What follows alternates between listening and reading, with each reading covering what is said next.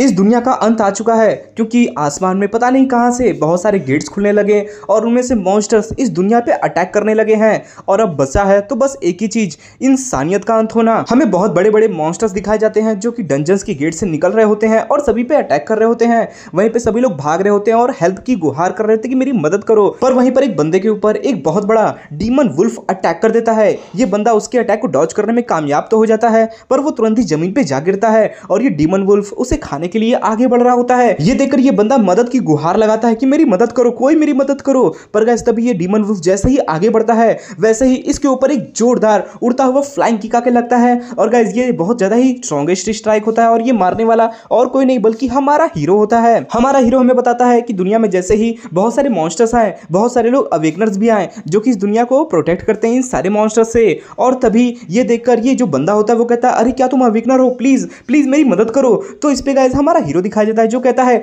भागो यहाँ से, तुम्हें सुनाई नहीं दे रहा क्या मेरी बात, जल्दी से यहाँ से भागो। और गाइस हमारे हीरो का नाम ली जून होता है जो कि एक डी रैंक का अवेकनर होता है। वो कहता है कि जल्दी यहाँ से हटो, अगर ये मॉन्स्टर अपने सेंस को एक्टिवेट कर लिया तो तुम बच नहीं पाओगे। पर गाइस ये मॉन्स्टर हमारे हीरो पे अटैक कर देता है। हमारा हीरो पीछे मुड़ता है इस मॉन्स्टर को अटैक को बचने के लिए, पर तभी उसके हाथ पे ये मॉन्स्टर जोरदार तरीके से काट लेता है। पर तभी गाइस हमारा हीरो सोच रहा होता है मैंने अपनी पूरी ताकत लगा दी फिर भी मैं इसके अटैक को डॉज नहीं कर पाया, मैं डी क्लास का अवेकनर हूं इसलिए मेरे पास ज्यादा पावर्स नहीं है। पर गाइस तभी वो अपने पीछे से एक खंजर निकालता है और इस मॉन्स्टर के आंखों में दे मारता है, जिससे कि इस वुल्फ का वहीं पे काम तमाम हो जाता है। और वो सोचता है क्या मैंने सच में इस वुल्फ को हरा दिया। पर तभी वहां पर डिस्ट्रक्शन एक्टिवेट होते हैं, यानी वो सब चल रहे होते हैं। और तभी ये देखकर हमारा हीरो बहुत ज्यादा गहरी थॉट में होता है कि मैंने एक मॉन्स्टर्स को मार दिया बहुत ज्यादा स्ट्रगल के बाद, पर मैं ज्यादा मॉन्स्टर्स को नहीं मार सकता हूं, एक को मारने में ही मेरी हालत खराब हो गई। एक डी रैंक का अवेकनर सच में बहुत ज्यादा ही कमजोर होता है। पर गाइस जो मॉन्स्टर ने उसे काटा होता है उसका जहर हमारे हीरो के पूरे बॉडी में फैल रहा होता है और वो लगभग मरने ही वाला होता है। सभी लोग मदद की गुहार लगा रहे होते हैं पर हमारा हीरो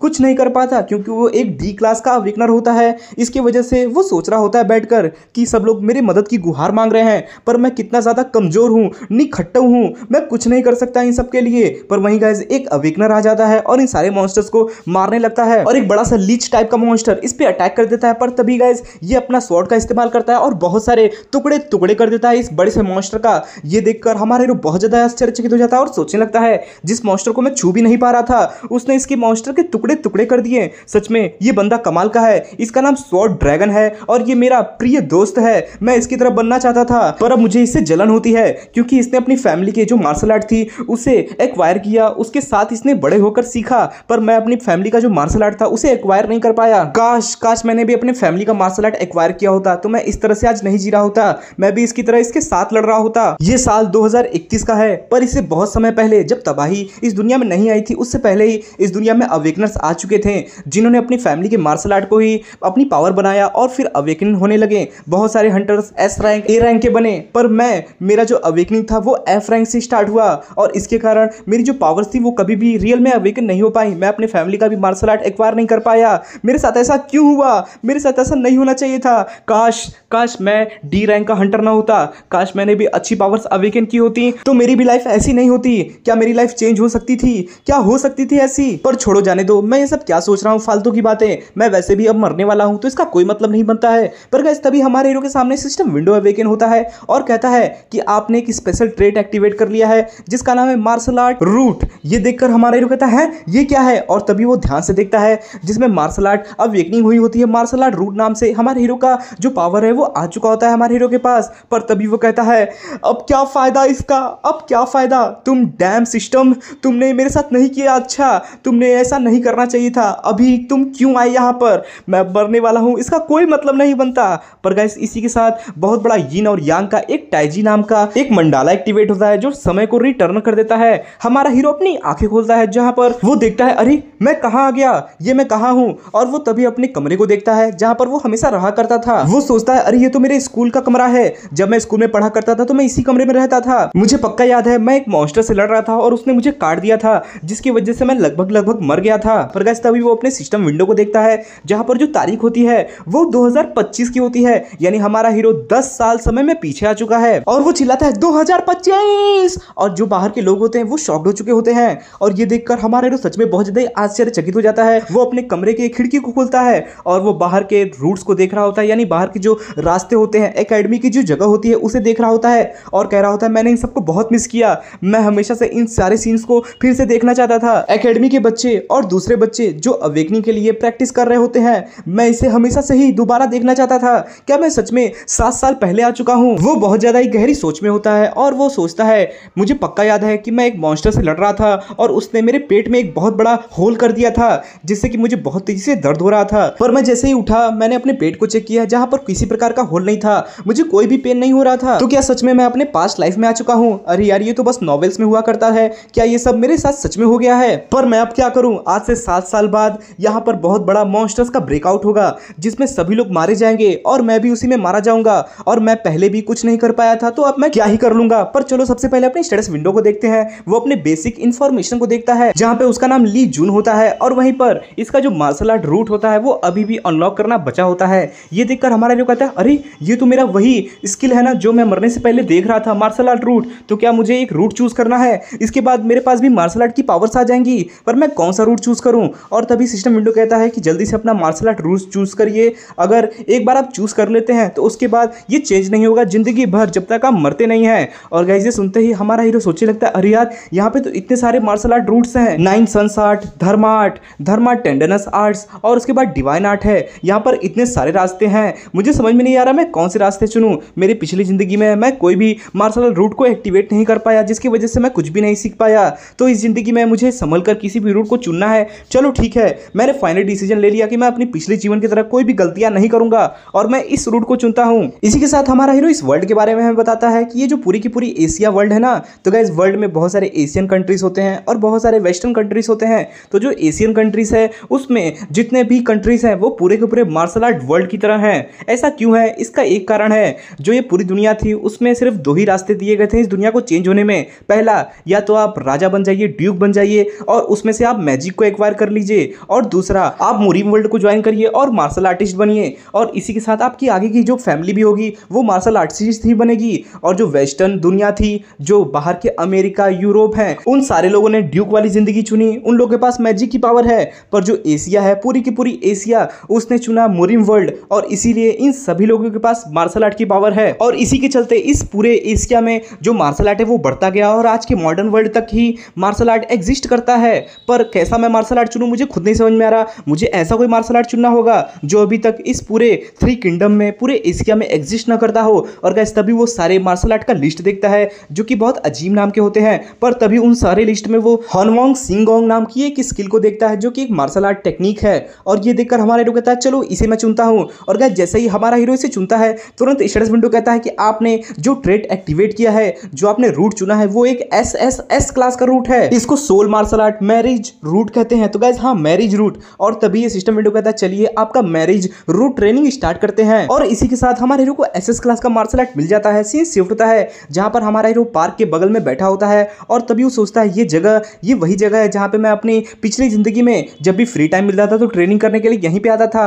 और जब मैं यहाँ पे आता था तो लोग मुझे बहुत ज्यादा ही गरियाने लगते थे और अनाप शनाप कहते थे कि देखो ये निखट्टू यहाँ पर ट्रेनिंग करने के लिए फिर से आ गया। पर नहीं, छोड़ो, अभी इसके बारे में नहीं सोचते हैं। पास्ट लाइफ थी, अभी मुझे फ्यूचर के बारे में सोचना होगा। और गाइस वो तुरंत ही ट्रेनिंग स्टार्ट कर देता है और उसको बहुत तेजी से ऑरा फील होने लगती है अपने अंदर। उसे एनर्जी, डांटियान में उसकी एनर्जी फील होती है और वो कहता है क्या यही है मेरी एसएस क्लास की मार्शल आर्ट? सच में यार ये बहुत ज्यादा ही अमेजिंग है। पर तभी स्टेटस विंडो आगे आता है और कहता है आपकी जो सोल मार्शल आर्ट है उसका फर्स्ट ग्रेड एक्टिवेट हो चुका है। इस मार्शल आर्ट को एक मकौजा नाम के बंदे ने बनाया था जो कि फिर डिवाइन एनलाइटमेंट पाने के बाद स्वर्ग में चले गए और अपने मार्शल आर्ट के आखिरी दिनों में इसे बनाकर छोड़ गए। आप इस मार्शल आर्ट से किसी भी दूसरे मार्शल आर्ट को परफेक्ट कर सकते हो और अपनी ताकत भी बढ़ा सकते हो। ये देखते ही हमारे को सोचने लगता है अरे वाह, ये जो मेरी करंट ताकत है वो मेरी पिछली लाइफ की जो ताकत थी उससे बहुत ज्यादा अमेजिंग है। अभी मैंने सिर्फ थोड़ी देर के लिए मेडिटेशन किया पर मैं अपनी हाथों में और पूरी बॉडी में इसकी पावर को फील कर पा रहा हूं। सच में यार ये बहुत ज्यादा ही कमाल की पावर है। अगर मेरे पास ये पावर अंत तक रही तो मैं सच में बहुत ज्यादा ही ताकतवर बन जाऊंगा। तो चलो प्रैक्टिस करते हैं। फिर तभी सिस्टम विंडो भी कहता है कि इस सोल ओरिजिन की जो मार्शल आर्ट है उसको अगर आपको ताकतवर बनाना है तो सबसे पहले उसके आपको करंट कंडीशन को कंप्लीट करना होगा और इसके लिए आपको इसके दूसरे ओरिजिन स्टेज में पहुंचना होगा मेडिटेशन करके, प्रैक्टिस करके। और यही आपका जो क्वेस्ट है वो है। और अगर आप इसको कंप्लीट कर लेते तो आपको बहुत सारी चीजें दी जाएंगी। पहली सोल ओरिजिन रिंग दी जाएगी, दूसरी आपको एक ट्री पॉइंट्स दिए जाएंगे जो कि 1 लाख पॉइंट्स होंगे और उसके बाद आपको नेक्स्ट रूट खोलने का तरीका मिल जाएगा, उसके रास्ता मिल जाएगा। जाएगा। ये देखते ही हमारा हीरो सोचता है अरे इसकी जो डिफिकल्टी है वो बहुत ज्यादा हाई है, पर फिर भी मैं कर सकता हूँ, मैं इस जिंदगी में करके दिखाऊंगा। वो मेडिटेशन करने लगता है, गहरी मेडिटेशन करता है, पर तभी आवाज आती है, हे मूर्ख, हे मूर्ख, तू मेरी बात सुन रहा है? अगर तू इसी तरह मेडिटेशन करता रहा ना तो मर जाएगा तू।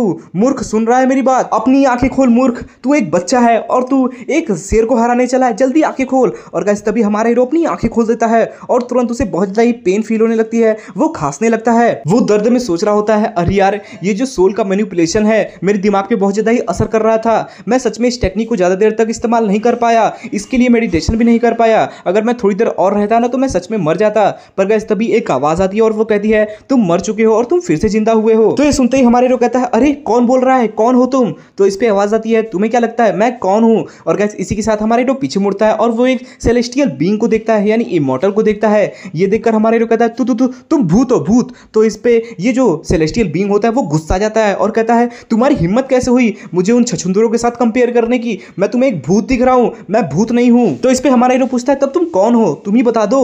तो इस पे सेलेस्टियल बीइंग कहते हैं मैं बस एक बार तुम्हें बताऊंगा तो ध्यान से सुनो, मैं एक गोल्डन रूल हूं, मैं जो कहता हूं वो हो जाता है, मैं अनंत हूं, मैं इन्फिनिटी हूं। ये सुनते ही हमारा हीरो कहता है अरे ये नाम मुझे सुना सुना लग रहा है। पर तभी वो स्टेटस विंडो को याद करता है जहां पे उसने भी यही कहा होता है कि जो तुम होंग जिंग वांग वाली टेक्निक सीख रहे हो इसे इसी बंदे ने बनाया है जिसका नाम इन्फिनिटी वन है। और गाइस ये सुनते ही वो कहता है अरे क्या तुम वही हो जिसने इस टेक्निक को बनाया? मुझे तो यकीन नहीं हो रहा है नाइन सन्स की टेक्निक को तुमने बनाया है। तो इस पे सेलेस्टियल बीइंग कहते हैं अरे बच्चे तुम अभी भी बहुत ज्यादा इमैच्योर हो, तुम अभी भी मुझे सही से पहचान नहीं पाए कि रियलिटी में मैं कौन हूं। पर गाइस तभी हमारा हीरो तुरंत अपने दिमाग का यूज करता है और कहता है अरे तुमने मार्शल आर्ट का स्टार्टिंग किया था, तुमने ही मार्शल आर्ट इस वर्ल्ड में डाला है, मुझे यकीन नहीं हो रहा है तुम यहाँ पे क्या कर रहे हो? उससे इंपॉर्टेंट चीज तुम मुझसे बात कैसे कर पा रहे हो? तो इस पे सेलेस्टियल बीइंग कहते हैं तुम्हारी जैसे एक स्टूडेंट की वजह से मैं इस अपने हेवनली आर्ट में फंसा रह गया, मेरी आत्मा इसमें फंसी रह गई, पर जैसे ही तुमने इसे स्टार्ट किया सीखना मेरी आत्मा उठ खड़ी हुई और जग गई। तुम्हारे इस प्रैक्टिस करने की वजह से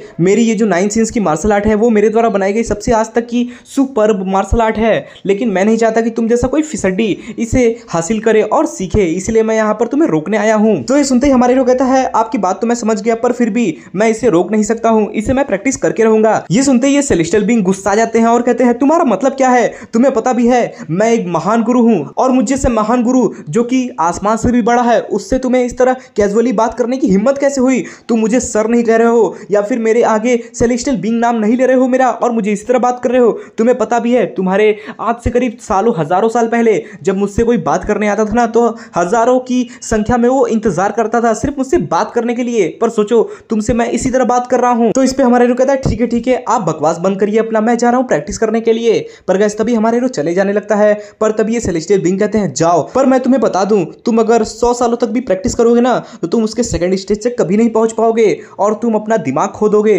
तुम अपनी माइंड को लॉस करके पागल बन जाओगे। ये सुनते ही हमारे हीरो सरप्राइज हो जाता है और वहीं पर रुक जाता है। इस पे सेलेस्टियल बीइंग कहते हैं अरे तुम सरप्राइज हो गए क्या, रुक गए क्या? तुम तो जा रहे थे ना, जाओ प्रैक्टिस करो, मैंने जो कहा है वो सच कहा है। तुम्हारी जो अभी करंट की सिचुएशन है, तुम्हारी जो बॉडी है उसको देख के मैं कंफर्म कह सकता हूं कि तुम इसको प्रैक्टिस करोगे तो 100 साल क्या 1000 साल भी बीत जाएंगे ना तब भी तुम इसके सेकंड स्टेज पे कभी नहीं पहुंच पाओगे। तो ये सुनते ही हमारे हीरो कहता है यहाँ पे मैं ट्रेनिंग कर रहा हूँ, इतनी मेहनत कर रहा हूँ और आप मुझे डिमोटिवेट कर रहे हैं, थोड़ा सा मुझे मोटिवेट नहीं कर सकते? तो इस पे बुढ़ो कहते हैं अरे मैं तुम्हें मोटिवेट करूं? तो इस पे हमारा हीरो कहता है हाँ मोटिवेट करिए, मुझे बताइए कि मैं कैसे स्ट्रांग बन सकता हूं और मुझे क्या करना चाहिए। तो इस पे सेलेस्टियल बीइंग कहते हैं देखो इतनी बात जान लो, अगर तुम ये प्रैक्टिस करोगे ना तो तुम कभी भी स्ट्रॉन्गेस्ट नहीं बन पाओगे और इस मार्शल आर्ट को कभी नहीं सीख पाओगे।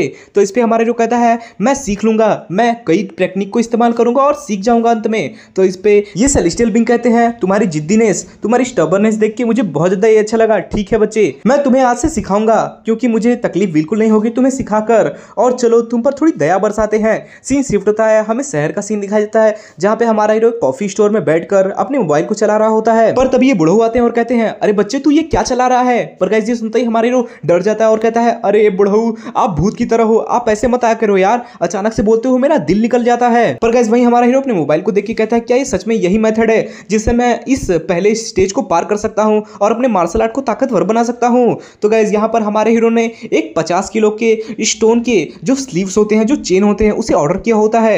ये देखकर ये बुढ़ऊ कहते हैं हाँ ये एकमात्र यही तरीका है जिससे तुम ताकतवर बन सकते हो, मुझ पर भरोसा रखो, ये सच में कमाल की टेक्निक है।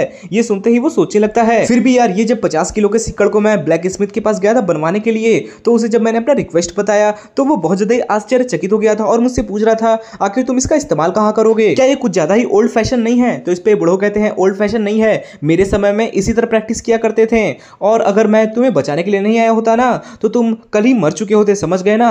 तुम मेरे से इतना बकवास तब क्यों कर रहे हो। ये सुनते ही हमारे हीरो चिल्लाता है बकवास मैं कर रहा हूँ, बकवास तुम कर रहे हो, समझ गए ना, तुमने इस टॉपिक को खोला ही क्यों। पर गाइस तभी वो सामने देखता है कि वेट्रेस हमारे हीरो के लिए एक कॉफी ला रही होती है और वो बहुत ज्यादा ही डर जाती है और वहीं हमारे हीरो बहुत ज्यादा ही बेशर्मी टाइप का फील कर रहा होता है, अरे यार ये मैंने क्या कर दिया, मैं अब चुप रहूंगा। पर गाइस तभी वो अपने शटर विंडो को देखता है जहाँ पे उसकी इंटरनल एनर्जी जो होती है वो का लिमिट 600 से ऊपर हो चुका होता है और ये देखकर हमारा हीरो कहता है अरे वाह ये जो टेक्निक है कल रात में मैं प्रैक्टिस कर रहा था जिसकी वजह से मेरी जो इंटरनल एनर्जी का लिमिट है वो बहुत ज़्यादा ही बढ़ गया और ये सच में बहुत ज़्यादा ही कमाल की टेक्निक है। ये सुनते ही ये जो बुढ़ऊ होते हैं वो कहते हैं हो ये कमाल की टेक्निक तो होगी ही, मेरा ये जिंदगी भर का सबसे प्रिय मार्शल आर्ट टेक्निक है जो मैंने खुद अपने हाथों से बनाया है, समझ गए ना, इसीलिए मेरा इज्जत किया करो। ये सुनते ही हमारे रोज कहता है हाँ आप महान मास्टर हो पर फिर भी आपकी मदद से मैंने जो मेरी टेक्निक है 9 सीन्स की टेक्निक उसका मैंने सेकंड स्टेज खोल लिया है। तो गाइस जिसको कंप्लीट करने के लिए हमारे हीरो को 100 साल लग जाते हैं इस मास्टर की वजह से वो एक दिन में ही खुल गए। पर तभी हमारे हीरो को मैसेज आता है कि उसका जो आयरन रिंग बनवाना था वो बन चुका है और तभी वो जाने लगता है। मास्टर पूछते तुम कहाँ जा रहे हो।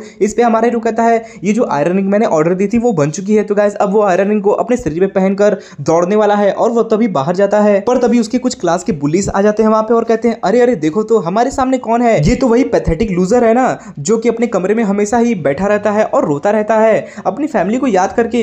ये सुनते ही हमारे हीरो सोचने लगता है कि मेरी पिछली लाइफ में भी ये मुझे बहुत ज्यादा तंग किया करते थे पर इनका जो हंटर रैंक है अवेकनिंग रैंक है वो सिर्फ ई रैंक का है, ये मेरे से ज्यादा उतने खास नहीं है पर फिर भी ये मुझे हमेशा बुली करते रहते थे, मुझे हमेशा पीटते रहते थे पर इस लाइफ में ऐसा नहीं होगा। तो इसमें बुली कहता है अरे देखो तो कौन बोल रहा है, क्या तुम्हें पिटाई खाने का इतना ज्यादा शौक है, चलो पीट देते हैं तुमको। तो इस पे दूसरा बंदा कहता है अरे नहीं हम इसे इस तरह से बाहर नहीं पीट सकते। तो इस पे बंदा कहता है अरे हाँ हम तो भूल ही गए थे कि हम इसे बाहर नहीं पीट सकते, चलो स्कूल में चलते हैं। हे लड़के क्या हमारे साथ तुम चलोगे, हमारे पास एक पेंट हाउस है जहाँ पे जाकर हम तुम्हें अच्छी खासी पिटाई देंगे, तो आ जाओ हमारे साथ। तुम्हें पता है तुम इतने ज्यादा पैथेटिक हो कि तुम्हारी माँ भी तुम्हें जब देखती होगी ना तो वो भी तुम्हें पीटने का सोचती होगी। पर गाइस तभी हमारे हीरो कहता है चुप हो जाओ बस बहुत हुआ। तब भी ये बंदा चुप नहीं होता और बकवास किए जाता है और तभी गाइस हमारा हीरो उसके मुंह पे एक जोरदार पंच दे मारता है और कहता है मैंने कहा था ना कि चुप हो जाओ, तुम सुनते क्यों नहीं हो। पर गाइस ये देखकर दूसरे जो बंदे होते हैं वो रश कर देते हैं हमारे हीरो पे ये कहते हुए कि तुम्हारी अकड़ बहुत ज्यादा ही बढ़ गई है, रुको अभी मैं तुम्हें बताता हूं। पर गाइस जैसे वो सब बंदे आ रहे होते हैं हमारा हीरो उनकी मूवमेंट्स को देख पा रहा होता है और कहता है मैं इन सबकी मूवमेंट्स को आराम से देख सकता हूं कि ये सब कहां पे मुझ पे अटैक करने वाले हैं। ये सोचने के साथ ही वो सारे अटैक्स को डॉज कर रहा होता है पर तभी एक बंदा हमारे हीरो पे अटैक करता है पर तभी वो उसके हाथों को पकड़कर मोड़ देता है जिससे कि उसका हाथ ही मुड़ जाता है और तभी दूसरा बंदा भी हमारे हीरो पे मुक्के से अटैक करता है। पर गाइस तभी हमारा हीरो उसके मुट्ठी से इसके मुक्के को पकड़ लेता है और अपने इंटरनल एनर्जी का इस्तेमाल करता है और उसके हाथों को एकदम दबाने लगता है, उसकी सारी उंगलियों को वो मोड़ देता है। तीनों की तीनों गुंडे जमीन पे पस्त पड़े होते हैं, किसी का हाथ टूटा होता है तो किसी का मुंह तो कोई बेहोश पड़ा होता है और तभी हमारा हीरो इन सबको देखकर अपने आप को शांत करता है और कहता है मैं जानता हूं मैं गंदा खून हूं। और गाइस तभी वो अपने बचपन के बारे में सोचने लगता है जहां पे उसकी माँ उसे देखकर कहती है तुम पैदा कैसे हो गए, तुम्हें नहीं पैदा होना चाहिए था, मर जाओ, यहाँ आओ जल्दी मम्मी के पास, मैं तुम्हें आज जिंदा मार दूंगी, आओ मेरे पास। पर गाइस ये देखकर हमारे हीरो बहुत ज्यादा डर जाता है, वो भागता है अपने पिताजी की तरफ और कहता है पिताजी देखिए ना ये माँ क्या कह रही है, प्लीज मुझे बचाइए, माँ मुझे मारने वाली है, प्लीज मुझे बचाइए। पर गाइस तभी इसका फादर भी जो होता है वो मुंह मोड़ लेता है क्योंकि हमारे हीरो का जो टैलेंट होता है वो रद्दी भर का होता है, कोई भी टैलेंट नहीं होता हमारे हीरो के पास। और तभी उसकी माँ उसे कमरे में खींचकर बहुत मार मारती है और तभी वो हमारा हीरो अपने प्रेजेंट में सोच रहा होता है कि मुझे बचपन से ही सभी ने ठुकरा दिया, मैं किसी को एक्सेप्टेड नहीं था पर इस बार चीजें अलग होंगी, मैं पिछली लाइफ में अपने माँ बाप को खुश करने के लिए हमेशा चीजें करता रहता था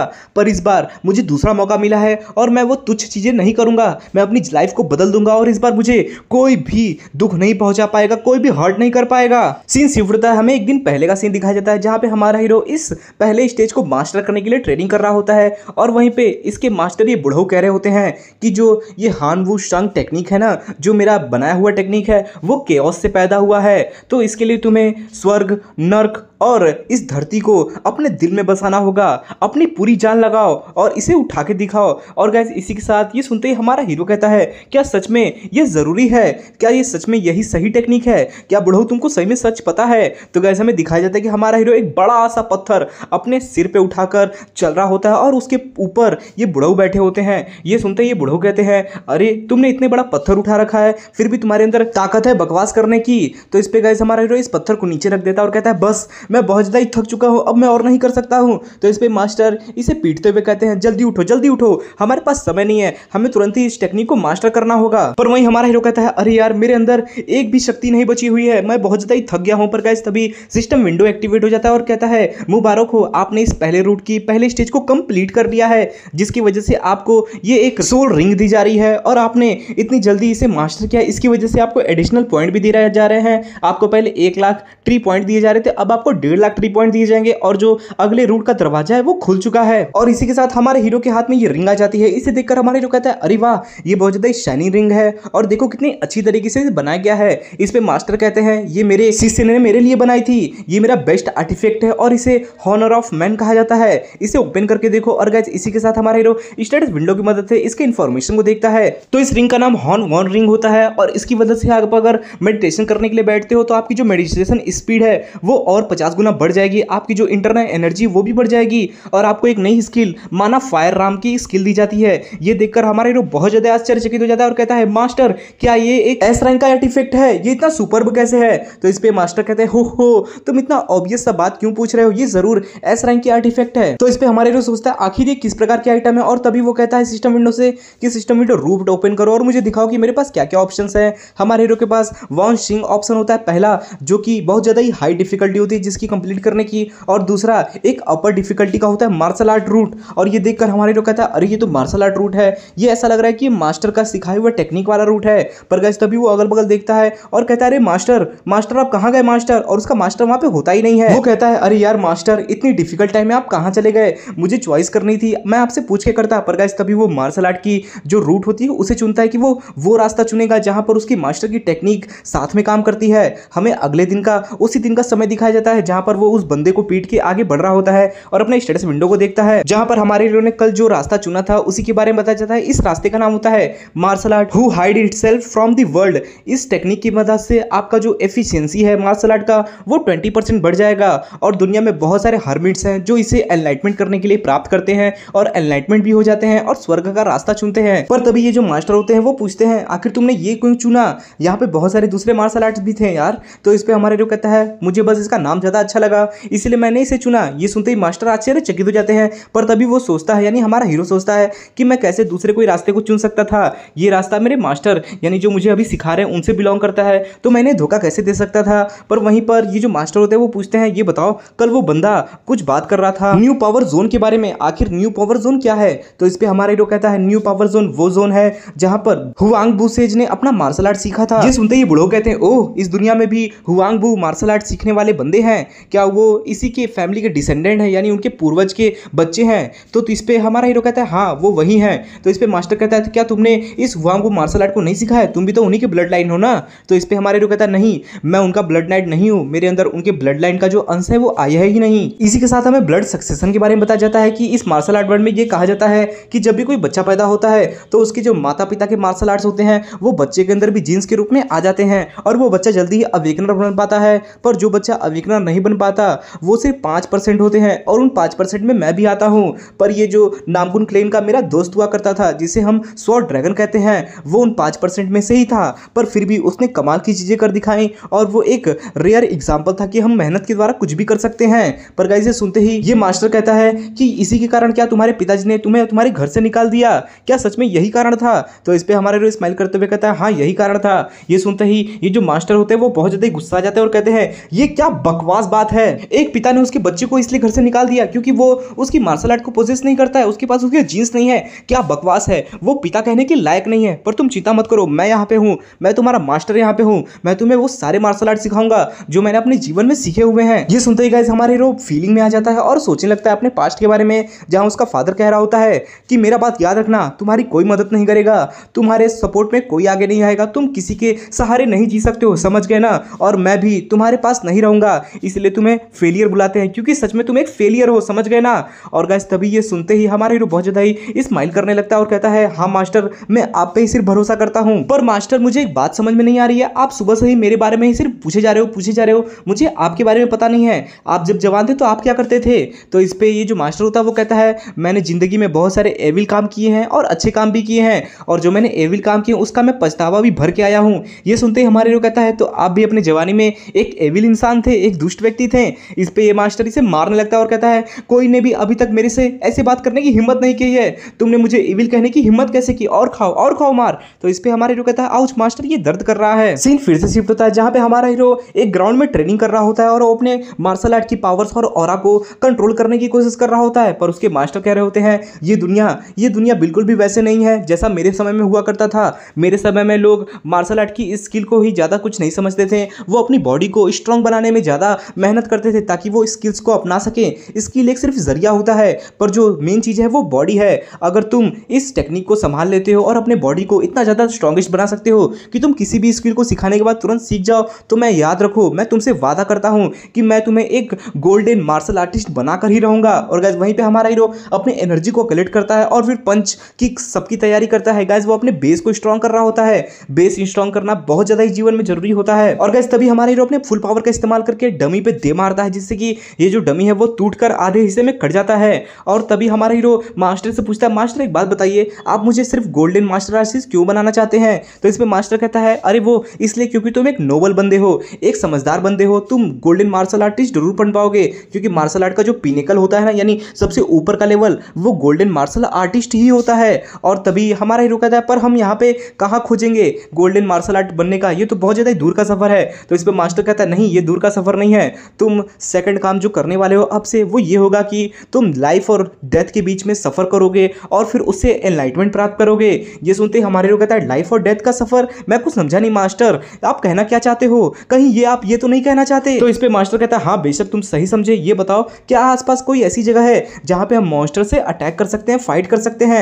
तो गाइस फाइनली हमारा हीरो मॉन्स्टर से लड़ने जा रहा है। सीन शिफ्ट होता है, हमें ग्रीन जोन गेट का एरिया दिखाया जाता है जो कि एकेडमी के अंदर ही होता है। हमारा हीरो उसी बिल्डिंग के अंडरग्राउंड फ्लोर में जा रहा होता है और इस पे मास्टर पूछते हैं आखिर ये कैसी जगह है? तो हमारा हीरो कहता है इस एरिया को ग्रीन जोन गेट कहते हैं और ये एकेडमी द्वारा कंट्रोल किया जाता है। पर जो इस मार्शल आर्ट एकेडमी के डायरेक्टर है ना, उन्होंने पर्सनली इस गेट को क्लोज रखा है क्योंकि इसके अंदर एक डंजन है। और गाइस तभी इस गेट के बाहर हमें तालिस्मान का बहुत सारा एरिया दिखाया जाता है, फॉर्मेशन दिखाया जाता है। ये देखकर हमारा हीरो कहता है मुझे लगा ही था इन्होंने इस फॉर्मेशन की मदद से इस गेट को बंद रखा होगा, हम अंदर अब नहीं जा सकते। तो इस पे मास्टर कहते हैं अरे ये तो 5 एलिमेंट फॉर्मेशन है, इसे तो आराम से मैं ब्रेक कर सकता हूँ। इस पे हमारा हीरो कहता है क्या तुम सच में इसे आराम से ब्रेक कर सकते हो मास्टर? तो इस पे हमारे मास्टर कहते हैं मुझे आंडू पांडू समझा है क्या, मैं इस फॉर्मेशन को आराम से खोल सकता हूं, बस मुझे फॉलो करो, जैसा मैं कहता हूं वैसा करो। और गाइस इसी के साथ हमारा हीरो इस गेट को खोल देता है, अंदर चला जाता है। और तभी हमारा हीरो कहता है अरे यार सच में हमने इस गेट को खोल दिया, हमने फॉर्मेशन को ब्रेक कर दिया। पर गाइस जैसे ही हमारा हीरो इस गेट के अंदर जाता है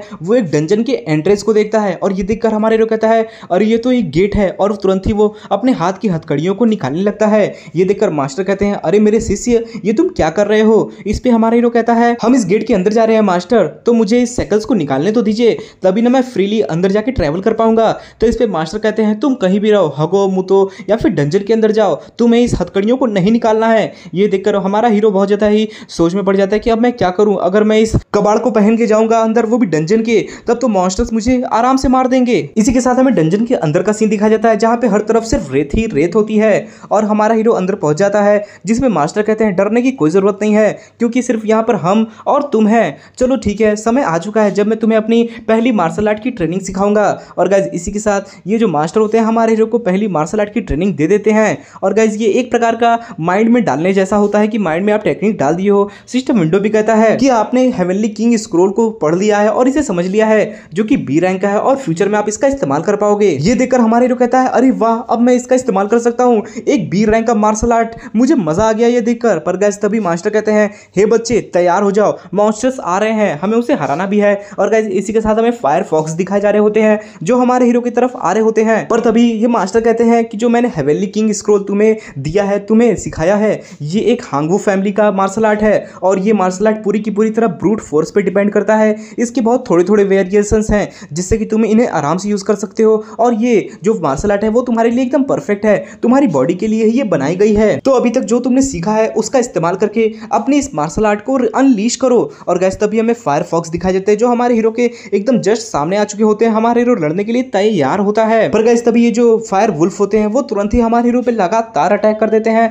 वो हमारे हीरो को एक भी अटैक करने का मौका ही नहीं देते हैं। वो बार बार हमारे हीरो पे अटैक करते हैं। हमारे हीरो इसे डॉज कर रहा होता है। वो सोच रहा होता है अरे यार फायर वुल्फ जो है वो मुझे इसके ऊपर अटैक करने का मौका ही नहीं दे रहा है, मैं कैसे अपनी टेक्निक को तैयार करूं। पर तभी गाइस वहीं पे ये मास्टर जो होते हैं वो कहते हैं जल्दी से इस मार्शल आर्ट जो स्क्रोल है उसकी एक्टिवेट करो स्किल को। पहले तुम 2 कदम पीछे लो, अपने शरीर को एकदम मोड़ो और उसके बाद अपनी पावर को अनलीश करो। ये सुनते ही हमारा हीरो इस मास्टर की टेक्निक को ट्राई करता है और तुरंत ही पहले 2 कदम पीछे लेता है, अपनी बॉडी को एकदम ट्विस्ट करता है। पर गाइस जैसे ही वो ट्विस्ट करता है एक फायर वुल्फ हमारे हीरो की तरफ अटैक करने आता है। ये देखकर हमारे हीरो कहता है अरे वाह परफेक्ट मौका मिल गया मुझे। और गाइस ये फायर वुल्फ ऊपर की तरफ अटैक करता है। पर गाइस हमारा हीरो तो अपनी बॉडी को मोड़ चुका होता है नीचे की तरफ और एक जोरदार पंच इस फायर वुल्फ के पेट में दे मारता है हमारा हीरो। जैसे ही इस मॉन्स्टर को पंच मारता है इस मॉन्स्टर का वहीं पे काम तमाम हो जाता है। ये देखकर हमारे हीरो बहुत ज्यादा ही खुश हो रहा होता है और कहता है अरे वाह मैंने इस गेट के अंदर आकर अकेले ही एक बड़े से मॉन्स्टर जिसका नाम फायरफॉक्स है उसको अपने हाथों से हरा दिया, वाह मैं कितना कमाल का हूं।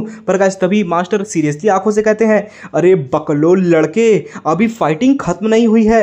और गाइस इसी के साथ हमें एक बहुत बड़ा फायरफॉक्स दिखाया जाता है जो कि हमारे हीरो के ऊपर जबड़ा खोल के उस पर अटैक करने आ रहा होता है। और तभी खूनी खून हमारे हीरो पे फायरफॉक्स अटैक कर चुका होता है और हमारा हीरो अपने गर्दन पे जो स्क्रैच लगी होती है उसे पकड़ के खड़ा होता है। वो सोच रहा होता है अरे यार इस फायरफॉक्स के आते हुए अटैक को मैंने देखा ही नहीं और इसने मेरे ऊपर अटैक कर दिया। अगर मैं अपने टेक्निक का इस्तेमाल करके हटाना होता तो थोड़ी देर में ही मेरे सामने अंडरग्राउंड के जो राजा यमराज है ना वो मेरे सामने खड़े होते हैं। पर गाइस तभी ये फायरफॉक्स एक और अटैक कर देता है हमारे हीरो पे। हमारा हीरो इसे डॉज करने में कामयाब हो जाता है। पर गाइस जैसे हमारे हीरो इसके अटैक को डॉज करता है एक और फायरफॉक्स पीछे से हमारे हीरो पे अटैक कर देता है। हमारा हीरो इसे भी अवॉइड करता है। पर तभी ये देखकर हमारा हीरो बहुत ज्यादा ही डरने लगता है और सोचता है मैं क्या करूं यार, अगर मैं एक के अटैक को डॉज करता हूं तो दूसरा मेरे पे अटैक कर देता है, दूसरे को डॉज करता हूं तो तीसरा मेरे पे अटैक कर देता है। मेरे मास्टर ने मुझे ये तो बताया है कि मुझे अवॉइड कैसे करना है पर ये नहीं बताया कि कैसे मौके का फायदा उठाना है और इन सब पे अटैक करना है। मैंने अपनी पिछली लाइफ में सोचा था कि मैं जितना मेहनत किया हूं अगर उतना ही मेहनत मैं इस लाइफ में भी करूंगा तो हो सकता है मैं इन सारे मॉन्स्टर्स को मारने में कामयाब हो जाऊं, पर फिर भी मैं इन सबको नहीं मार पा रहा हूं, मैं बहुत ज्यादा ही कमजोर हूं। पर गाइस तभी हमारे हीरो डिप्रेशन में जा रहा होता है। पर तभी मास्टर कहते हैं अपने दिमाग को लाओ, अपने होश में आओ बच्चे, मैं तुम पे भरोसा करता हूं, मैं तुम पे ट्रस्ट करता हूं बच्चे कि तुम किसी को भी हरा सकते हो। इसीलिए मैं तुम्हें ये नहीं कह रहा कि अवॉइड करो, मैं ये कह रहा हूं अटैक करो, अपनी तरीके का इस्तेमाल करो और मुझ पे अपने मास्टर पे भी भरोसा रखो, अपने डिवाइन 9 सिन आर्ट का इस्तेमाल करो और इन सबको हरा दो। और गाइस ये सुनने के साथ ही हमारा हीरो मोटिवेटेड हो जाता है। वो तुरंत ही इन मॉन्स्टर्स पे फोकस करता है और कहता है मुझे फोकस करना होगा, मुझे अपने 9 सन्स मार्शल आर्ट का इस्तेमाल करके एक मॉन्स्टर को एक बार में हराना होगा, यानी एक एक करके इन सबको हराना होगा। हमारा हीरो एक एक मॉन्स्टर पे मुख का लात बरसा रहा होता है। एक वुल्फ उस पे अटैक करता है पर तभी वो एक पंच मारता है, फिर दूसरा वुल्फ अटैक करता है तो वो किक मारता है और फिर भी वो बहुत ज्यादा धीरे धीरे थक रहा होता है। पर फिर भी वो एक एक मॉन्स्टर को इस समय हरा रहा होता है ना कि पूरे झुंड को एक बार में ही। और गाइस इसी के साथ 6 घंटे बीत जाते हैं जहां पे हमारा हीरो बहुत ज्यादा ही थक चुका होता है इन सबसे लड़ते लड़ते। और ये जो फायर वुल्फ होते हैं वो भी बहुत ज्यादा ही थक चुके होते हैं। ये सारे मॉन्स्टर्स मेरे पे पहले बहुत ज्यादा ही अटैक कर रहे थे पर ये अब अटैक मेरे पे नहीं कर रहे हैं और मेरे पास डिफेंस करने का अच्छा खासा मौका आ गया है। पर मेरी जो इंटरनल एनर्जी है वो बहुत ज्यादा ही कम हो गई है। मैं 9 सन्स डिवाइन आर्ट का बस इस्तेमाल कर रहा हूं, उसके बाद वेट कर रहा हूं कि कब मेरी इनर एनर्जी फुल हो जाए तो इस पे मैं अटैक करूं। पर मैं तब भी अपनी एनर्जी को फुल नहीं कर पाया हूं, मुझे मौके की तलाश नहीं मिल रही है। पर गाइस तभी ये मास्टर कहते हैं वक्त आ चुका है इन सबको धो डालने का। मैंने तुम्हें कहा था ना कि जब एनिमी का तुम्हारे जो स्टेमिना वो कम हो तभी अटैक करते हैं। और गाइस तभी हमारे लोग कहता नहीं मुझे और इंतजार करना होगा, मुझे इन सब की पावर्स को और कमजोर करना है और अपने स्टेमिना को रिकवर करना है। तो इस पे मास्टर कहते हैं तुम्हें क्या लगता है पहले किसका स्टेमिना रिकवर होगा, तुम्हारा होगा या इन सारे वुल्फ का होगा? तुम कब तक इंतजार करते रहोगे? मौका अभी अच्छा है, मैं कह रहा हूं ना मेरे 9 सन्स मार्शल आर्ट पे भरोसा रखो और इन सब पे अटैक कर दो, रश कर दो इन सब पे। तो इस पे हमारे हीरो कहता है ठीक है अगर आप ऐसा कह रहे हो तो मैं जरूर करूंगा। और गाइस तुरंत वो एनर्जी को अपने निकालने लगता है अपने स्टेमिना को रिकवर करने के लिए। और तभी ये वुल्फ भी जो होते हैं अटैक करने के लिए आगे आ जाते हैं। मास्टर कहते हैं बहुत अच्छे बहुत अच्छे, अगर तुम अभी इन सारे मॉन्स्टर्स को हराने में कामयाब हो गए और 9 सन्स आर्ट से अपने स्टेमिना को रिकवर कर पाए तो मैं तुम्हें एक ऐसी टेक्निक सिखाऊंगा जो तुम्हारे लिए बहुत ज्यादा सूटेबल होगी। और गाइस तभी एक वुल्फ हमारे हीरो पे अटैक करता है। हमारा हीरो उसके जबड़े को पकड़ता है और तुरंत ही उसके जबड़े के नीचे एक जोरदार मुक्का दे मारता है और फिर कहता है सच में क्या मास्टर आप प्रॉमिस कर रहे हो? पर गाइस तब ये क्या, जैसे ही हमारे हीरो बात बोलता है एक और वुल्फ अपने फायरबॉल एनर्जी से हमारे हीरो पे अटैक कर देता है जो कि उसके जस्ट बगल से निकलती है और उसके पीछे ब्लास्ट हो जाती है। पर गाइस तब ये फायरवुल्फ फिर से हमारे हीरो पे एक जोरदार तरीके का फ्लेम थ्रो कर देता है जो कि डायरेक्ट हमारे हीरो पे जा लगती है। पर तभी वो वुल्फ देखता है कि हमारा हीरो वहां पे होता ही नहीं है और गाइस हमारा हीरो तो आसमान में जंप कर गया होता है और फिर कहता है खाओ मेरा मुक्का। और गाइस तभी वो एक जोरदार मुक्का अपनी क्यूआई से फुल करके अपने पंचेस को मार देता है इस वुल्फ के सर पे, जिससे गाइस ये वुल्फ का वहीं पे काम तमाम हो जाता है और हमारे हीरो का जो डिवाइन मार्शल आर्ट होता है सांगुंग वांग वाला वो लेवल 3 पे पहुंच चुका होता है। सिस्टम विंडो कहता है कि आपकी 9 सन्स टेक्निक जो है वो 3 स्टार पे पहुंच गई है, जिसकी वजह से आपका जो स्टेमिना था जो कि 10% भी कम था वो फुल हो चुका है और आपके जो टोटल पॉइंट्स थे हमने रिवार्ड के रूप में 2.5 लाख पॉइंट्स आपको दिए हैं, क्योंकि आपने सबसे पहले इसे कंप्लीट किया है। हमारा हीरो बहुत ज़्यादा ही थक रहा होता है पर तभी उसकी एनर्जी रिकवर हो जाती है। पर गाइस तभी सिस्टम विंडो कहता है कि आपका जो फियर नाम का स्किल है वो आपने गेन कर लिया है और उसकी वजह से ये जो वुल्फ हैं वो डर रहे हैं आपसे, वो पीछे हट रहे हैं। गाइस ये वुल्फ पीछे हट रहे होते हैं, ये देखकर हमारे हीरो बहुत ज़्यादा ही आश्चर्यचकित हो जाता है और वहीं पर ये जो मास्टर होते हैं वो कहते हैं ये एक टैलेंट है बच्चे, मुझे यकीन नहीं हो रहा है, मैंने सिर्फ 2 हफ्ते हुए तुम्हें सिखाए हुए पर तुम अभी तक ही 3 स्टार पे पहुंच गए। तुम सच में बहुत ज्यादा ही गॉडली टैलेंटेड हो मेरे बच्चे, और तुम्हारा टैलेंट मेरे जो एल्डेस्ट डिसाइपल था यानी मेरा पहला डिसाइपल था उससे मैच करता है। इस पे हमारे हीरो कहता है एल्डेस्ट डिसाइपल वो कौन था?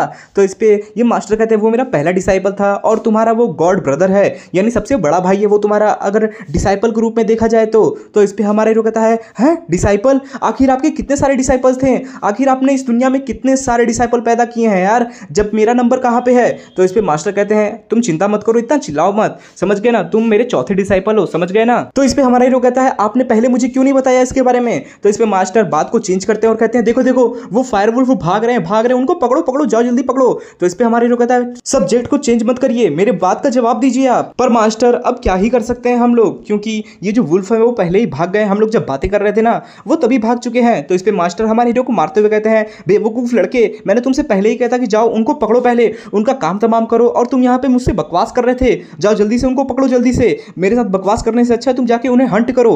तो इस पे हमारा हीरो कहता है मास्टर कि आप अपने प्रॉमिस को तो नहीं भूले हैं, आपने कहा था मुझे आप एक अच्छी टेक्निक सिखाओगे। तो इस पे मास्टर कहता है तुम मुझे इतना बूढ़ा समझ रहे हो क्या? मैं अभी भी जवान हूँ, समझ गए ना, मैं कुछ नहीं बोलता हूँ, मैं तुम्हारा मास्टर हूँ, मैंने जो कह दिया सो कह दिया। और मैं जो मार्शल आर्ट तुम्हें सिखाने वाला हूँ वो बेसिक मार्शल आर्ट है जो तुम्हारे इनर कोर को स्ट्रांग करेगा और उसका नाम है हाउ टू विन। तो बताओ क्या तुम सीखना चाहोगे इसे? बोलो मैं तुम्हें सिखा दूंगा। तो इस पे हमारे जो कहता है अरे ये मार्शल आर्ट तो मेरे हाउंगबू फैमिली का मार्शल आर्ट है ना, जो कि मेरे बहुत ज़्यादा ही पूर्वज यूज़ किया करते थे। तो इस पे मास्टर कहता है हाँ बेशक ये तुम्हारे फैमिली का ही मार्शल आर्ट है, तो बताओ इसीलिए मैं पूछ रहा हूँ क्या तुम सीखना चाहोगे?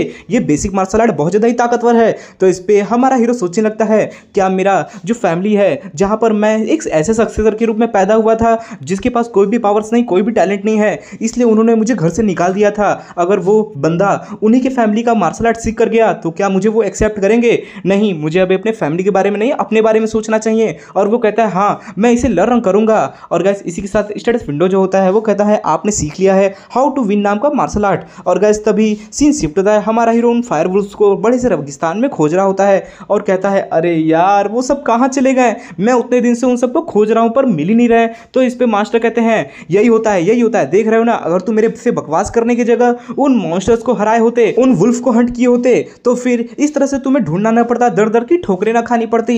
इसीलिए कहते हैं बच्चों को हमेशा मास्टर्स की बातें माननी चाहिए। तो इस पे हमारा हीरो कहता है ठीक है मास्टर, अब से मैं आपकी सारी बातें मानूंगा। पर गाइस जैसे ही हमारा हीरो थोड़ा आगे बढ़ता है वो शॉक्ड हो जाता है।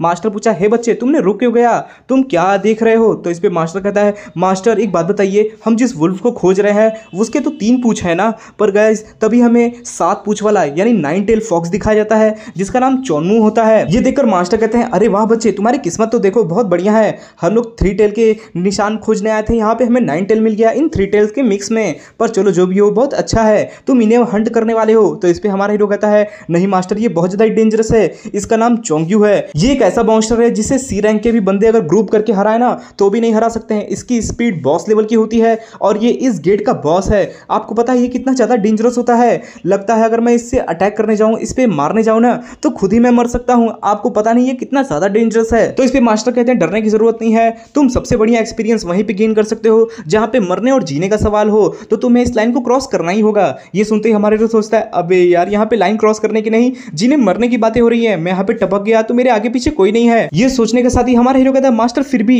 मैं इसे क्या जीत पाऊंगा? तो इसमें मास्टर चिल्लाते हैं जाओ जल्दी जाओ लड़के, तुम्हें पता है जब मैं तुम्हारी उम्र का था ना तो मैं अपने मास्टर से कभी भी जुबान नहीं लड़ाता था, जो वो कहते थे वो मैं करता था, वो कहते थे खाई में कूद जाओ मैं खाई में कूद जाता था, तो तुम मेरी बात क्यों नहीं मानते हो? तो इस पे गाइस ये सुनते ही हमारे हीरो कहता है ठीक है मैं जाता हूं, पर वो सोचता है क्या मैं सच में इस चोंग्यू से जीत सकता हूं? मास्टर आप मेरे पास कितने भी करीब हो, अगर ये मॉन्स्टर मेरे पे अटैक करता है ना तो आप मुझे नहीं बचा पाओगे, क्योंकि आप बस एक भूत हो और भूत किसी को छू नहीं सकते हैं। अगर मेरा यहाँ पे एक भी अटैक मैंने खा लिया तो मेरा सच में मौत हो जाएगा इसी जगह पे।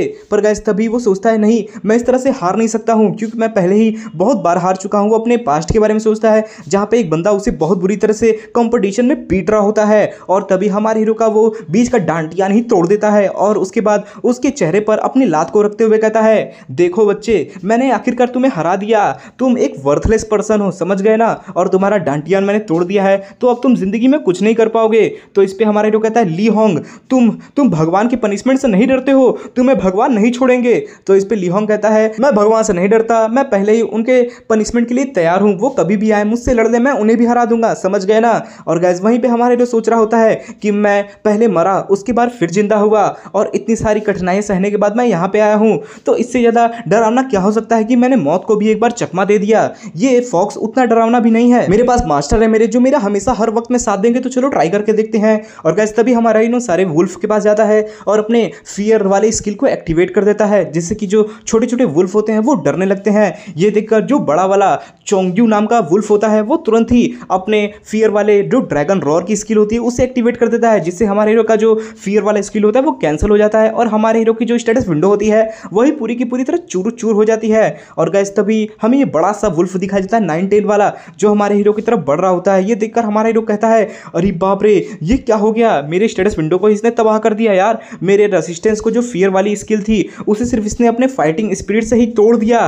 सच में यार, ये सच में एक 9 टेल फॉक्स चोंग्यू है। ये चोंग्यू हमारे हीरो की तरफ बढ़ रहा होता है अपने फुल ओरा को इस्तेमाल करके, अपने फायर फॉक्स वाले जो इसकी ब्लू फायर होती है उसको एक्टिवेट करके। और तभी हमारे हीरो कहता है, मास्टर मैं इस पे अटैक करने जा रहा हूं, तो आप भी रेडी हो जाइए मेरी मदद करने के लिए। पर जैसे ही हमारे हीरो अपने स्किल को एक्टिवेट करता है, वो अगल बगल देखता है कि उसकी मास्टर वहां से गायब हो चुके होते हैं, एक बार फिर से वो वहां पे नहीं होते हैं। सीन हमें फिर से हमारे हीरो के घर का दिखाया जाता है, जहां पे उसका एक भाई होता है जिसका नाम ह्यू हांग होता है, और वो कह रहा होता है कि मैं अपने भाई ली जून से लड़ना चाहता हूं और उसे हराना चाहता हूं। तो इस पे इसके फादर पूछते हैं कि तुम ऐसा क्यों चाहते हो। तो इस पे हमारे ये जो उसके भाई होता है वो कहता है कि मैं इस फैमिली की बेइज्जती को वापस एक्वायर करना चाहता हूं, यानी इसकी बेइज्जती हुई थी हमारे छोटे भाई की वजह से, तो मैं उसके शेम को हटाना चाहता हूं। तो इस पे इसका फादर पूछता है, असली रीजन बताओ, मैं तुम पे गुस्सा नहीं करूंगा, चिंता मत करो। तो इस पे गाइस ये सुनते ही ये इसका भाई जो होता है वो बहुत ज़्यादा ही सोच में पड़ जाता है और सोचने लगता है, अरे यार फादर, सिर्फ उनके बात से ही इतना ज़्यादा एनर्जी मेरे पे पड़ रहा है,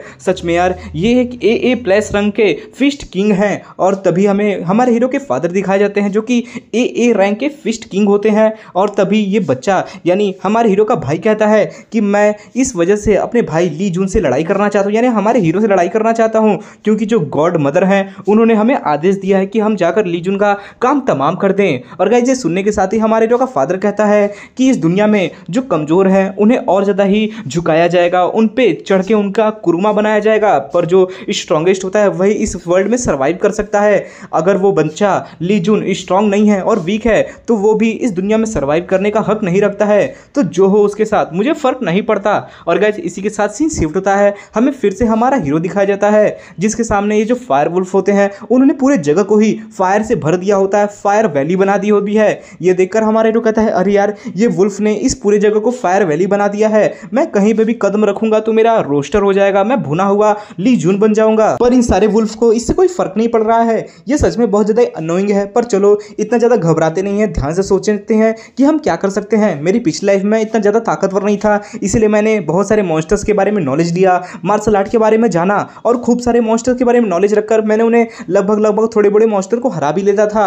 तो उसी का चलो इस्तेमाल करते हैं और देखते हैं कि यहाँ पे क्या हो सकता है। ये सब फायर वुल्फ हैं जो कि अभी स्ट्रॉन्ग दिख रहे हैं, पर अगर मैं इनके लीडर को हरा दूं तो ये सब फायर वुल्फ जो छोटे छोटे फायर वुल्फ हैं वो भी हार जाएंगे और बड़ा वाला लीडर भी हार जाएगा। इसलिए मुझे कुछ भी करके सावधानी से इस फायर की वैली को पार करना होगा और इसके लीडर पे अटैक करना होगा। और गाइस तभी हमारा हीरो इस सारे फायर को डॉज करते हुए एक जोरदार पावरफुल पंच इस फायर वुल्फ पे मारने जा रहा होता है, पर गाइस जैसे ही वो सामने देखता है तो फायर वुल्फ जो कि 9 टेल फॉक्स होता है वहां से गायब हो चुका होता है।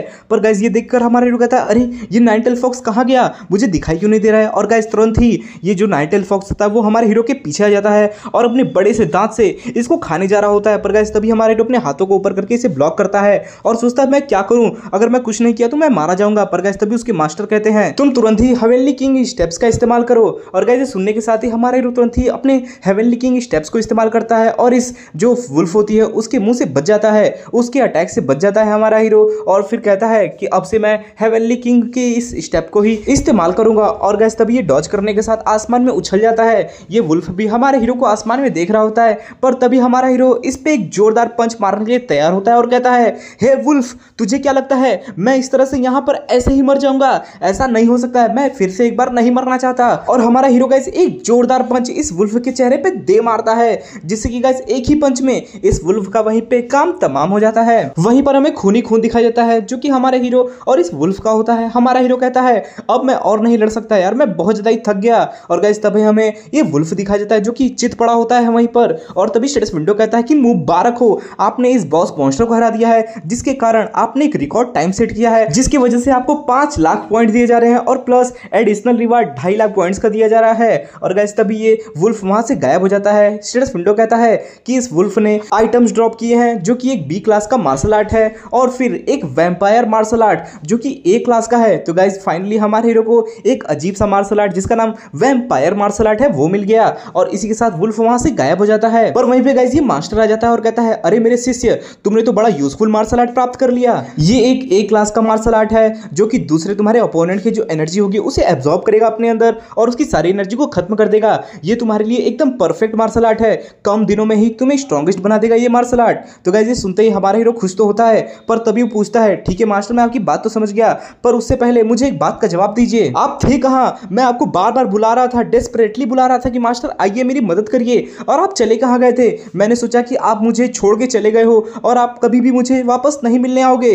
तो गाइस ये सुनते ही ये मास्टर थोड़ा शर्मा जाता है और कहता है, ओह मुझे माफ करना, मैं कहीं काम से चला गया था। पर मेरे शिष्य, तुम इतना चिंता मत करो, मेरे तुम शिष्य हो, मैं तुम्हें कभी नहीं छोड़ूंगा। तुम मुझे गलत समझ लिए, मैं बस काम से गया था। पर गाइस वहीं हमारा हीरो अपने पंच को देखता है और सोचता है, मैंने सिर्फ एक पंच में उस वुल्फ को हरा दिया, सच में ये हेवनली किंग मार्शल आर्ट कमाल की है। पर गाइस तभी मास्टर कहते हैं, जल्दी से इस वैम्पायर आर्ट को सीखो, उसके बाद मैं जो बताऊंगा जैसे जैसे ना वैसे वैसे तुम करना। अगर तुम वैसे किए तो तुम्हारी शक्तियां बहुत जल्दी ही इंक्रीज हो जाएंगी, बहुत ज्यादा ही बढ़ जाएंगी। ये सुनते ही हमारे हीरो कहता है, क्या सच में मास्टर आप सच कह रहे हो? तो इस पे मास्टर कहते हैं, तुम्हारे मास्टर ने कभी झूठ बोला है? चलो जल्दी करो। तो इस पे हमारा हीरो कहता है, नहीं मास्टर, आज तक आपने कभी झूठ नहीं बोला। और वो तुरंत ही इस बुक को फाड़ देता है, जिससे कि इस मार्शल आर्ट को हमारा हीरो सीख जाता है। शेड्स विंडो भी कहता है कि मुबारक हो आपको, आपने इस वैम्पायर मार्शल आर्ट जो कि ए रैंक की है उसे सीख लिया है और आप अब इसे फ्यूचर में भी इस्तेमाल कर सकते हैं। और जैसे ही हमारा हीरो इस मार्शल आर्ट को सीखता है, इसके मास्टर कहते हैं, चलो ठीक है, तुमने इस मार्शल आर्ट को सीख लिया ना, चलो अब अपने मार्शल आर्ट का इस्तेमाल करो और यहाँ पर जितने भी मॉन्स्टर्स की लाशें हैं उनके खून को और उनकी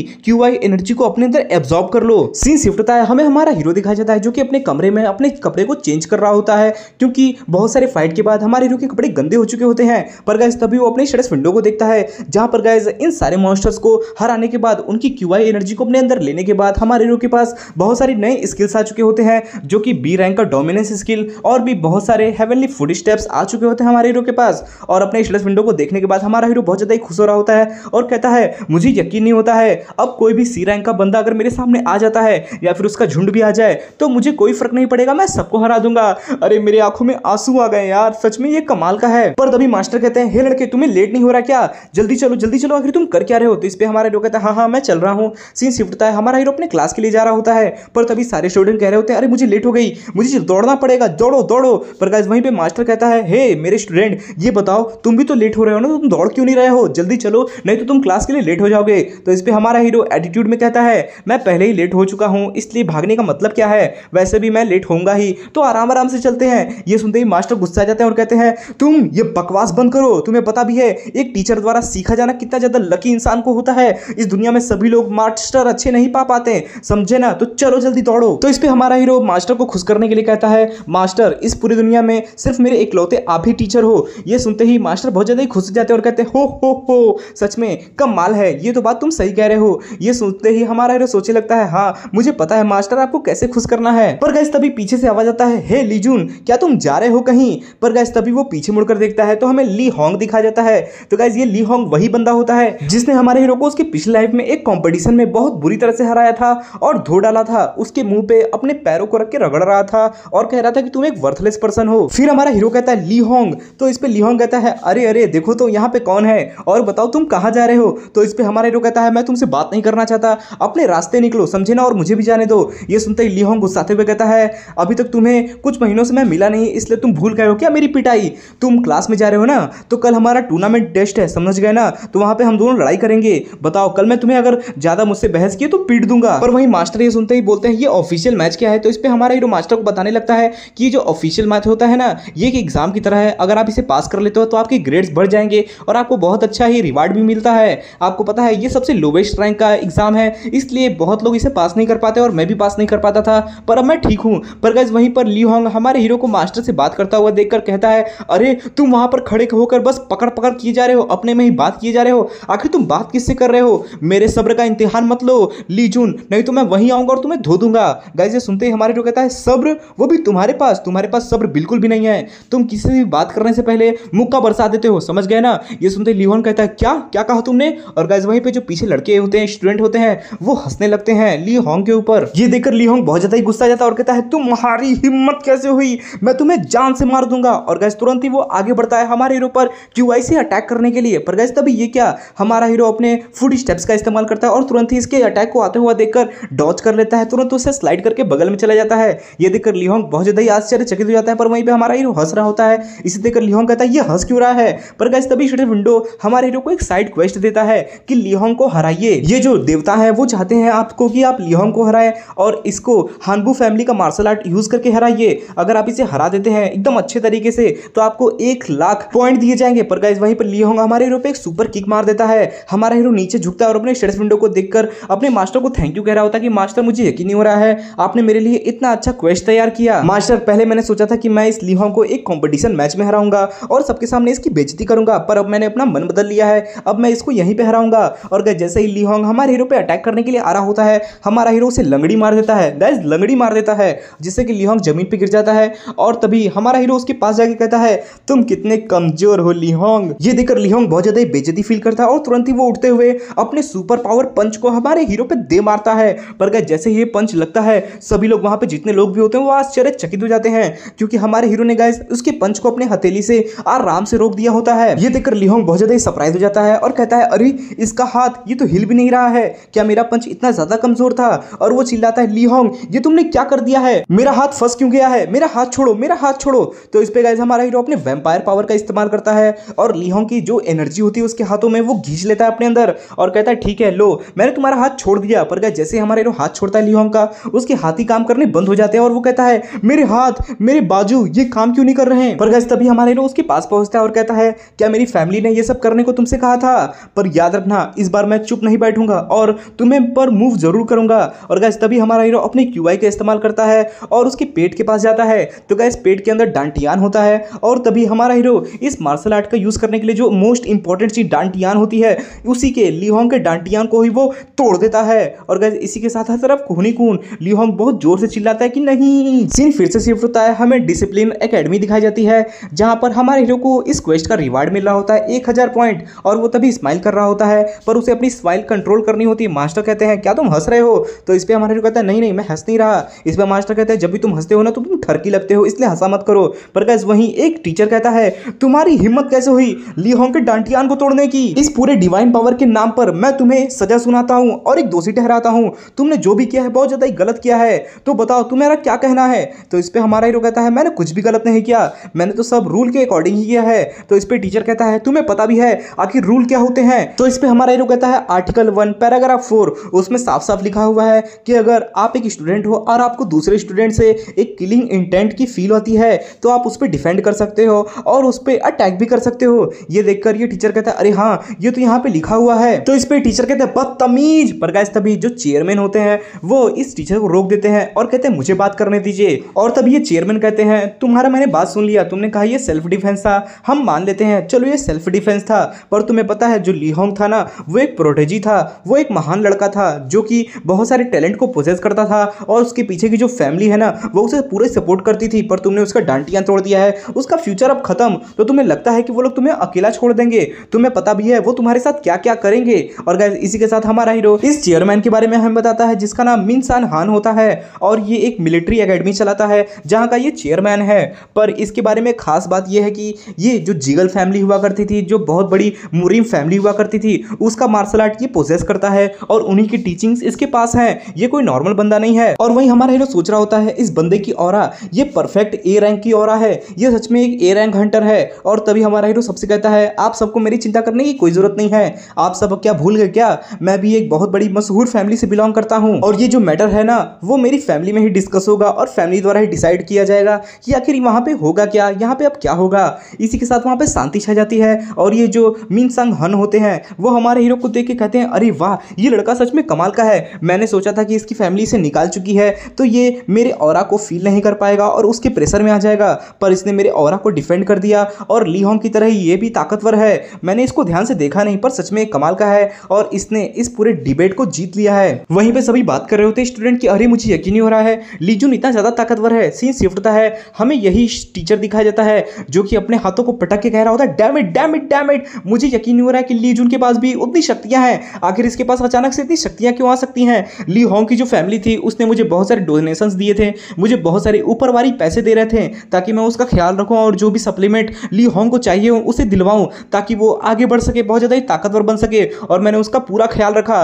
पर अब ली गोंग को इस ली जुन ने हरा दिया है और उसके डांटियां को तोड़ दिया है, इसकी वजह से ये फैमिली गुस्सा हो जाएगी और वो मुझे मेरे पैसे भी नहीं भेजेगी। ये ली जून, मुझे इसे सजा देना था यहाँ पे आज, लेकिन मैं इसे सजा भी नहीं दे पाया और ऊपर से मेरे पैसे भी कटने वाले हैं, मुझे कुछ भी करके इस ली जून का काम तमाम करना ही होगा, कुछ भी करके मुझे इसे मारना ही होगा। सीन शिफ्ट होता है, हमारा हीरो डोमिनेटरी में घूम रहा होता है, वहीं पर स्टूडेंट कह रहे होते हैं अरे वाह यही है वो बंदा जिसने उस पगलेट इंसान ली हुंग को हराया, सच में ये कमाल का है। पर गाइस तभी हमारा हीरो कह रहा होता है जैसा कि मैंने सोचा था, मैंने अपने पावर का इस्तेमाल किया और सबके ऑरा को सरपास करके उन सभी के सामने इस डिबेट को जीत लिया। सच में ये पावर जो कि 9 सन्स की पावर है वो कमाल की है, अगर ये मेरे साथ नहीं होती ना तो मैं इस डिबेट को कभी नहीं जीत पाता। वहीं पे मास्टर कहते हैं हो मेरे पास भी जब मैं बच्चा था तुम्हारी उम्र का ना तो ऐसी सिचुएशन क्रिएट हुई थी और मैंने भी सेम चीज किया था, इसलिए मैं तुम पे डाउट नहीं करता हूं, तुमने बिल्कुल सही किया। पर वहीं हमारा हीरो सोच रहा होता है कि ये सारी हियरिंग जो थी, ये सारा डिबेट जो था वो किम टाई हुन जो कि मेरा क्लास टीचर है उसके द्वारा रखा गया होगा, वो मुझसे जलता है और जो ली होंग की फैमिली थी ना वो भी उसे पैसे भेजा करती थी ली होंग का ख्याल रखने के लिए। पर अब ली होंग की जो मौत है वो होने वाली है क्योंकि उसकी डांटियां टूट चुकी है, इसकी वजह से ली होंग की जो फैमिली होगी उसने भी इनके पैसे काट लिए होंगे और इनको पैसे नहीं भेज रही होगी जिनसे कि दोनों का संबंध जो है वो टूट गया होगा। हमारा हीरो ये सब सोच ही रहा होता है, एक कैन पी रहा होता है, पर तभी वो बाहर देखता है जहां पे किम टाई ह्यून जो होते हैं वो इस ली होंग की फैमिली से बात कर रहे होते हैं और कह रहे होते हैं अरे अरे मुझे माफ कर दीजिएगा, मैं ली होंग को बचा नहीं पाया, प्लीज प्लीज प्लीज मैं कुछ करता हूं इसके बारे में, मैं उस ली जून को छोड़ूंगा नहीं, पर प्लीज आप लोग पैसे मत कट करिए, मैं आपको वादा करता हूं कि मैं इसका कुछ ना कुछ हल जरूर निकालूंगा, बदला जरूर लूंगा मैं। और गाइस तभी हमारा हीरो कहता है लगता है कि ये लोग अब रैंकिंग टेस्ट करने वाले हैं और जो हम लोग का कल का गेम टूर्नामेंट था वो अब नहीं करवाएंगे, अब रैंकिंग टेस्ट होगा उसके बाद गेम टूर्नामेंट होगा। और वहीं पे ये जो मास्टर होते हैं वो पूछ रहे होते हैं कि ये बताओ यार मुझे एक समझ नहीं आ रहा बात कि तुम्हारी फैमिली तुमसे इतना नफरत क्यों करती है, मैं जानता हूं कि तुम्हारी वो रियल फैमिली है पर तुम उनकी ब्लड लाइन नहीं एक्सेप्ट कर पाए, उनके सक्सेसर नहीं बन पाए, फिर भी यार तुम्हारी वो फैमिली है, तुम्हें तो उन्हें प्यार करना चाहिए। तो इस पे हमारा हीरो कहता है यहाँ पर एक और कारण है, आप जानते हो मैं एक बाहरी बच्चा हूँ, मेरे जो पिताजी थे ना वो 2 शादी किए थे जिसमें से पहली एक आंट थी और एक मेरी माँ थी, पर आंट मुझे हमेशा कमरे में बंद करके मारा करती थी और जो मेरे पिताजी थे ना वो मेरी माँ से बहुत ज़्यादा ही प्यार करते थे, पर मेरी माँ के मरने के बाद वो उन्होंने भी अपना गेट लव के लिए हमेशा बंद कर लिया, वो अब किसी से प्यार नहीं करते। तो इसमें मास्टर कहते हैं अरे तुम तो उनके लव वाले बच्चे हो ना, यानी तुम्हारी माँ को वो प्रेम करते थे तब तो तुम्हें और ज़्यादा ही प्रोटेक्शन मिलना चाहिए ना। तो इस पर हमारे हीरो कहता है नहीं मेरे पिताजी थोड़े अलग हैं, अगर वो मेरी माँ से प्यार करते थे उससे ज़्यादा वो अपनी फैमिली से प्यार करते थे, वो अपनी सोल तक को भी एक डेविल को बेच सकते हैं अपनी फैमिली को बचाने के लिए। तो इस पे मास्टर कहते हैं अरे अरे तुम्हारी जिंदगी बहुत ज़्यादा ही रफ है। तो इस पे हमारा हीरो कहता है अरे अरे आप भी ना यार क्या बोलते रहते हैं, मैं इन सब का अब आदी हो गया हूँ, मुझे फर्क नहीं पड़ता। और वो सोचता है मेरी पिछली लाइफ में भी और इस लाइफ में भी मेरी फैमिली जो है मुझे गिराना चाहती है, मुझे मारना चाहती है, पर इस बार चीजें अलग होंगी। वो कैन को कुचल देता है और फेंकते हुए कहता है मैं इस बार किसी से हार नहीं मानूंगा और सबको खुद कुचल दूंगा। सीन शिफ्ट होता है, हमें एक दिन बाद का समय दिखाया जाता है जहां पे मैच का दिन आ चुका होता है, जहां पर हमारा हीरो किसी से लड़ेगा और वहीं पे हमारे हीरो डोमिनेटरी के अंदर जाता है जहां पे सारे बच्चे हमारे हीरो को देख के कहते हैं अरे अरे देखो देखो ये तो लीजून है ना, लीजून है ना ये बच्चा, ये तो बहुत ज्यादा ताकतवर हो गया, इसने ली होंग को हरा दिया, मुझे यकीन नहीं हो रहा है ये तो बस डी रैंक का अविग्नर था, इसने इतनी ज्यादा शक्तियां कहां से प्राप्त कर ली। वहीं पे सुनते हुए मास्टर कहते हैं बच्चे देखो तुम जहां जा रहे हो सब तुम्हें पहचानने लग रहे हैं, तुम अब फेमस हो चुके हो। तो इस पे हमारा हीरो कहता है अरे अरे नहीं ये सब आपका कमाल है मास्टर, आपने मुझे ये सब सारी शिक्षाएं दी हैं। पर गाइस तभी ये जो कांगटिंग ह्यूंग होता है वो चिल्लाता है सभी लोग शांति हो जाओ, ये टेस्ट स्टार्ट होने वाला है, तो सब लोग लाइन से खड़े हो जाओ। और तभी ये कांगटिंग ह्यूंग सारे स्टूडेंट को समझाते हैं कि देखो तुम्हें इस कैप्सूल के अंदर जाना है और जो टीचर होंगे ना ना वो तुम्हारे सामने एक इमेजिनरी अपोनेंट ला देंगे जिससे कि तुम्हें लड़ना है और अपनी सारी शक्तियां, अपने सारे स्किल्स इस्तेमाल करके उसे हराना है। तो चलो सब लोग लाइन में खड़े हो जाओ। पर गाइस तभी ये कांटे हून अपना एविल फेस बना के सोच रहा होता है कि ये जो कैप्सूल है इसके अंदर हम गेट के अंदर जाते हैं जहां पे हम अपने अपोनेंट से लड़ाई करते हैं, पर ये एक ऐसी जगह है जहां पे हम एक्सीडेंट करवा सकते हैं। अगर क्या हो ये सिस्टम ब्रोकन कहला जाए और कोई इसका जो डिफिकल्टी है वो इतना ज्यादा इंक्रीज कर दे कि ये लिजुन मारा जाए और इस अपोनेंट से हार जाए। और सोचो क्या हो अगर ये ब्रोकन डिवाइस इसको हरा दे और इसका काम तमाम कर दे। आज का मेरा प्लान यही है, मजा आ जाएगा।